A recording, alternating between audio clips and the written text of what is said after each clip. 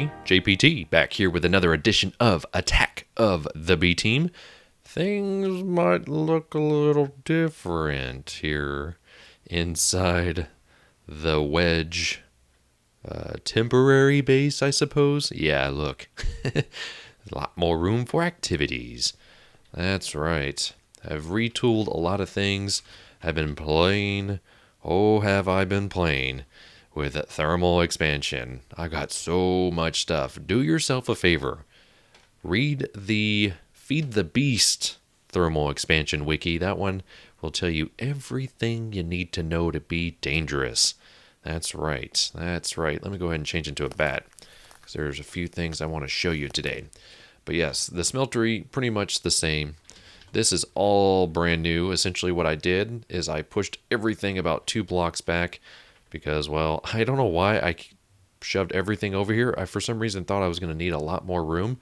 I may or may not move this. This stuff is running pretty good, so I may have to come up with some sort of fun sort of thing for the floor here. It's not too bad. It's not too bad. It's odd numbers, so that might help me in this occasion. I don't want to decorate this all, too much because this is temporary, but I've just been messing around with it. I was messing around with the design up here. But yes, the smeltery's still here. The walls are all gone. It's all just one big open loft area. It's kind of how I'm like it's like a studio apartment. There we go. It's also, I moved, let's go ahead and move this because I moved the door. Let's go ahead and grab this thing. All right. I was hoping I'd get that first, but that's all right. Let's see. Can I hang it right there? Yes, I can. All right. So there's the good old clock. But, oh yeah, I was messing with paint as well. I didn't get quite all the way around, but I was just trying to see what blocks I could paint, and I just went kind of red crazy on this. But, ooh, let me show you how much clear glass we have. Look at this. A double chest of clear glass. And I'm only going to use this clear glass. Let me see. How much? Did I write it down? No, is it 3? Oh, I got to do the math now. It's like 3,000 blocks or something like that. Let's see. I think it's like 3,000 blocks. It's worth, or something like that. It's a lot. It's a lot of blocks. But I'm only going to use this clear glass from this chest. That way we can kind of see how much of the wedge we get done with that much glass. So, yeah. So basically all this is going to be glass. And so I'll do that. Whoa. Yep. Sheik was right.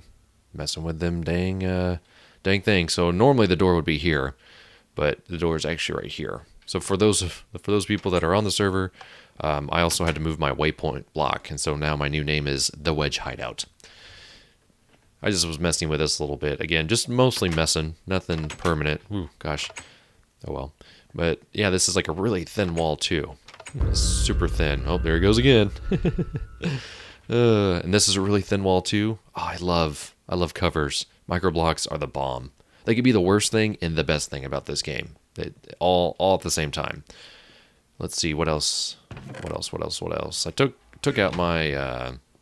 enchantment room. Also got rid of the villagers. They'll come into play later. Man, he's having a good time with those. I would show you this stuff. I mean, essentially I got this ingenious extruder. I always want to call it the ingenious extruder. Essentially it lets you make cobblestone, stone, or obsidian.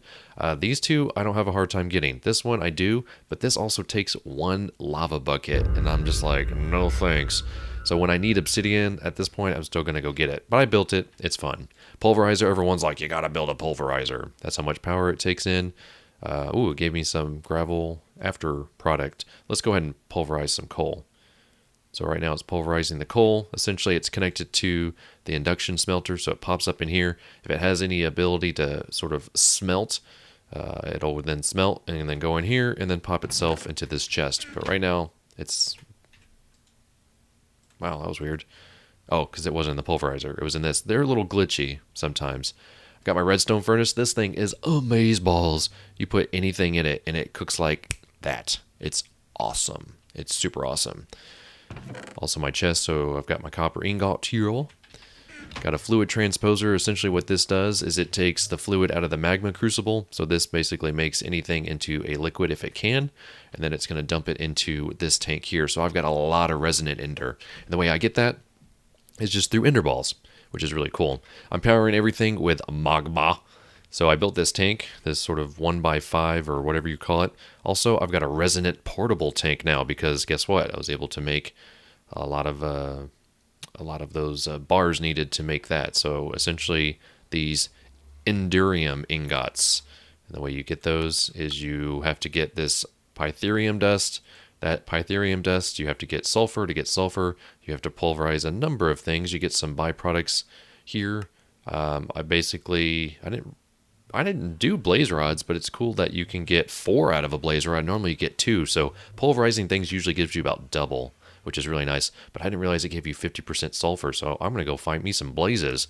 Let's see, how did I get that? Oh, yeah, that's right. I did soul sand and netherrack and the induction smelter, and it gave me sulfur after making like 12 nether bricks, something like that. But yeah, totally going to take advantage of the blaze rods now that I know that that is going to have a way better chance, plus double the amount of blaze powder I'm going to get.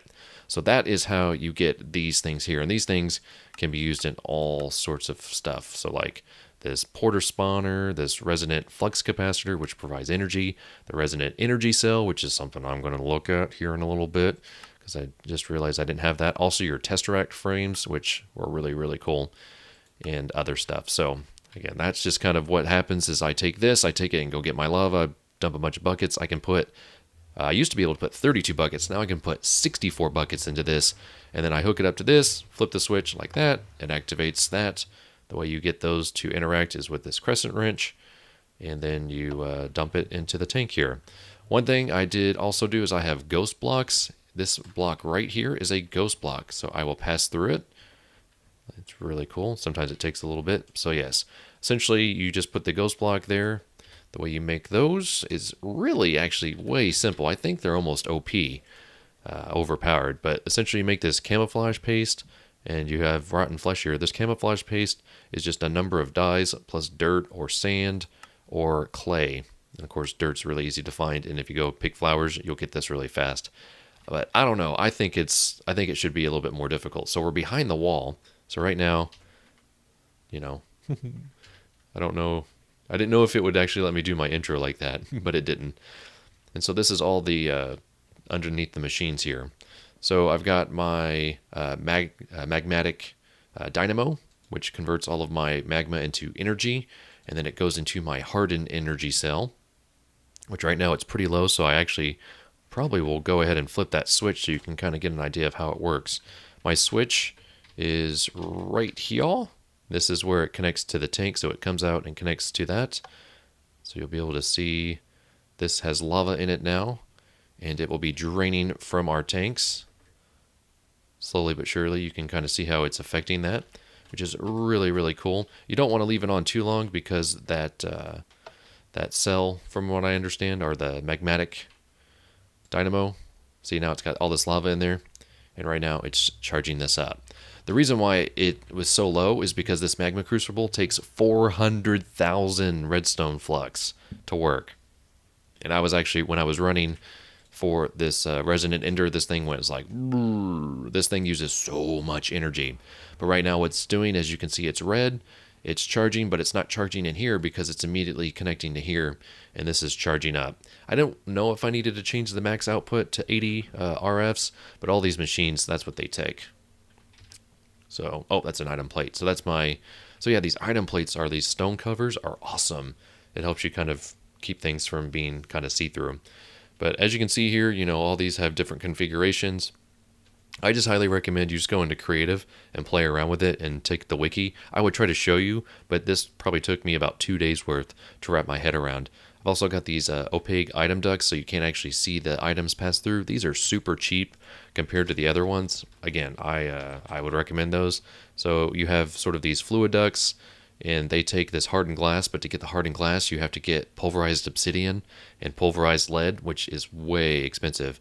Instead, you can just build these out of lead and copper, and that stuff you can get immediately out of a smeltery. I don't need to see my items floating through pipes.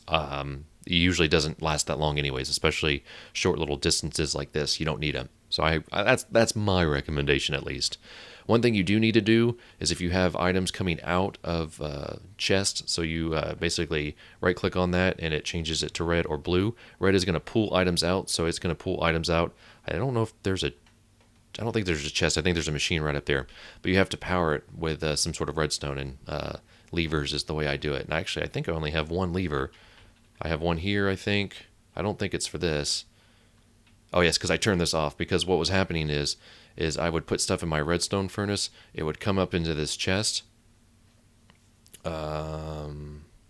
Oh, and then it would, if it had the ability to push this back out into the redstone furnace, it would do that. So essentially what happened was I put cobblestone in it first. It made stone, went into this chest, and then it immediately put the stone back in here and made these circuit plates. So it made like 128 circuit plates, and I didn't mean for it to, and that was kind of embarrassing.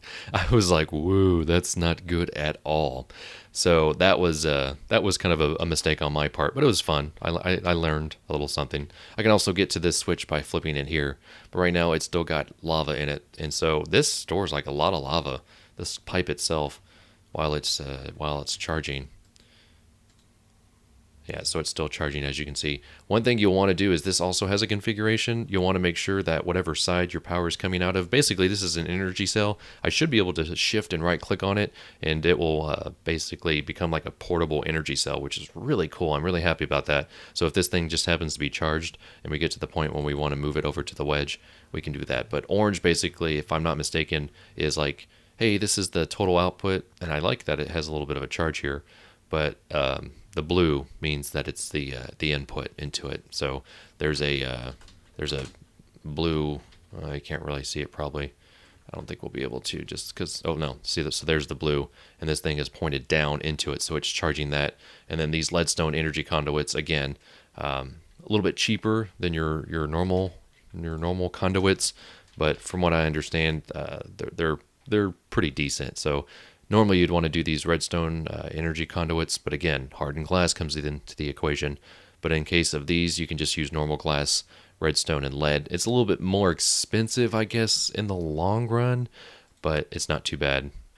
So I've been using these because they work, and I don't have anything that's sucking out a ton of energy. So let's go back through the front here. And so yeah, anytime I need lava, there he is. Oh my. Welcome. I want your statue head. Ooh. Or maybe I already had it. I think I already had it, actually. So, I don't know. Did I explain that I lost some more stuff? Or did I already do that? I may have already done that. I haven't lost anything yet. Since the last episode, I haven't lost anything. I built all this stuff. I'm hoping none of it gets blown up by a creeper after I start recording this episode. That's the promise that I'm holding to myself. Don't lose anything due to creeper explosions. Haven't done anything with the DNA stuff yet, but I do want to thank Munch for that. Also, I do also want to give Munch a big props for this machine here. This is something that he just... he was like, it's pretty simple redstone stuff, but he still deserves the credit. Right now, it's not running anything, as you can see. Also, I went ahead and put a plate here. So I should be able, ghost plate, which is a stone. And I like that it doesn't say, hey, this is a ghost plate. It still says, hey, this is stone. That's one thing I didn't think I'd get used to, was sort of that a little indicator at the top. I thought, man, that's really annoying. I'd watch other people's videos, be like, how do they play the game through that? Well, they do. So that's something to get used to, I suppose. Also, everyone is really impressed with the fact that I went with seared glass for the whole tank. I thought that was just kind of a common thing that people did, but I actually had an Enderman come into. He somehow spawned inside my smeltery, and then I left him alone, and then he died.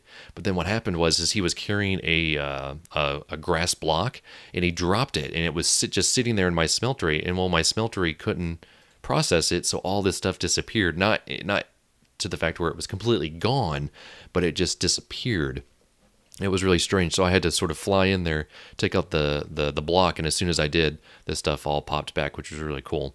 Also, I dropped some stuff to make this Electrium, which was a mistake. I had some gold in there, and I think, oops, if I could spell right, how do you spell that? E-L, duh. Wow, that was super dumb. Electrium. There we go. So to get it, what do you do? You can make the blocks, but, oh yeah. So it's silver and gold. Silver and gold.